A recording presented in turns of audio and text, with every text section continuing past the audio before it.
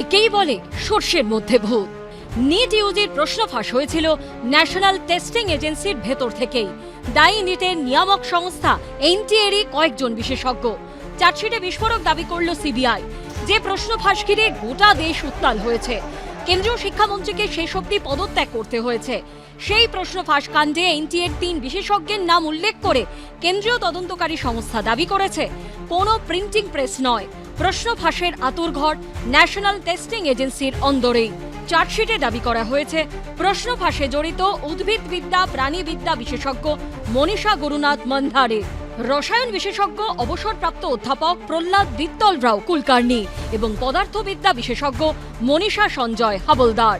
CBI এর chargesheet অনুযায়ী গোপন অনুবাদ প্রুফ রিডিং এর কাজে সুযোগের অপব্যবহার করে বিশেষজ্ঞরা প্রশ্নপত্র পাচার করেন।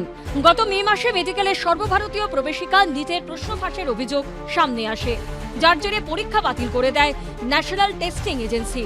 অনিশ্চয়তার মধ্যে পড়েন প্রায় 22 লক্ষ পরীক্ষার্থী। নতুন করে পরীক্ষা দেওয়া হয় সিবিআই তদন্তের নির্দেশ। সেই তদন্তের পর সম্প্রতি আদালতে চার্জশিট পেশ করেছে সিবিআই। সেখানে বলা হয়েছে, গত এপ্রিলে পিভি কুলকার্নি মনীষা মন্ধার নিজেদের বাড়িতে স্পেশাল রিভিশন সেশন করেন। সেখানে কয়েকজন পরীক্ষার্থীকে প্রশ্ন, 4টি বিকল্প এবং সঠিক উত্তর মৌখিকভাবে জানানো হয়। কোনো ডিজিটাল প্রমাণ না রাখতে পরীক্ষার্থীদের সবকিছু হাতে লিখে নিতে বলা হয়।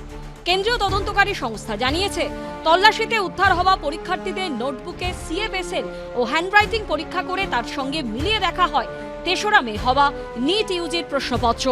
সেগুলো হুবহু মিলে যায়। এছাড়া তদন্তে অনলাইন লেনদেনের ডিজিটাল রেকর্ডও হাতে এসেছে।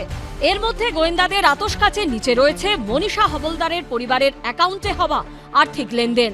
সিবিআই এর দাবি, অনলাইনে টাকা ট্রান্সফার হয় মনীষার স্বামীর মোবাইল নম্বরে। প্রশ্নফাঁস কাণ্ডে অন্যতম সন্দেহভাজন লাতুরের শিশুরোগ বিশেষজ্ঞ মনোজ ভগবান রাও শিরুরের পরিবারের এক সদস্যের কাছ থেকে 5 লক্ষ টাকা উদ্ধার হয়েছে বলেও সিবিআই সূত্রে দাবি। চার্জশিট অনুযায়ী পিভি কুলকার্নি ও মনীষা মন্ধারে চিকিৎসক মনোজ ভগবান রাও শিরুরের সঙ্গে মিলে কিছু পরীক্ষার্থীকে সিদ্ধিবিনায়ক হাসপাতালেও ডাকেন, যেখানে পরীক্ষার্থীরা সম্পূর্ণ প্রশ্ন মুখস্থ করে নেন। কিন্তু কিভাবে সেই প্রশ্নপত্র দেশের বিভিন্ন প্রান্তে ছড়িয়ে পড়ল, চার্জশিটে সেই রুটেরও উল্লেখ করেছে সিবিআই। চার্জশিটে বলা হয়েছে, মনীষা হাবলদার পুনের এপিএম এর পদার্থবিজ্ঞানের অধ্যাপক তেজস হর্ষদ কুমার শাহকে প্রশ্ন বলে দিতেন। তেজস হর্ষদ কুমার শাহ হাতে লেখা নোটগুলি পিডিএফ করে লাতুরের রেনুকাই কেরিয়ার সেন্টারের পরিচালক অধ্যাপক শিবরাজ মোতেগাঁওকারের কাছে পাঠিয়ে দিতেন। এইভাবে টেলিগ্রামের মাধ্যমে প্রশ্নপত্র মহারাষ্ট্র থেকে হরিয়ানা এবং হরিয়ানা থেকে রাজস্থানে যায়। মোটা টাকার বিনিময়ে ছড়িয়ে পড়ে দেশে। যারা ভারতের ভবিষ্যৎ নিয়ে এরকম চিনিমিনি খেলেছেন, তাদের সবার জেলে যাওয়া উচিত। যারা প্রকৃত অপরাধী, তারা যেই হন না কেন, তারা জেলে যাবেন, এটাই আমাদের চাওয়া। সোমবার সিবিআই চার্জশিট বিবেচনা করে পরবর্তী সিদ্ধান্ত জানাবে রাউস এভিনিউ আদালত। আশাবুল হোসেন ও সৌমিত্র রায়ের রিপোর্ট, এবিপি আনন্দ।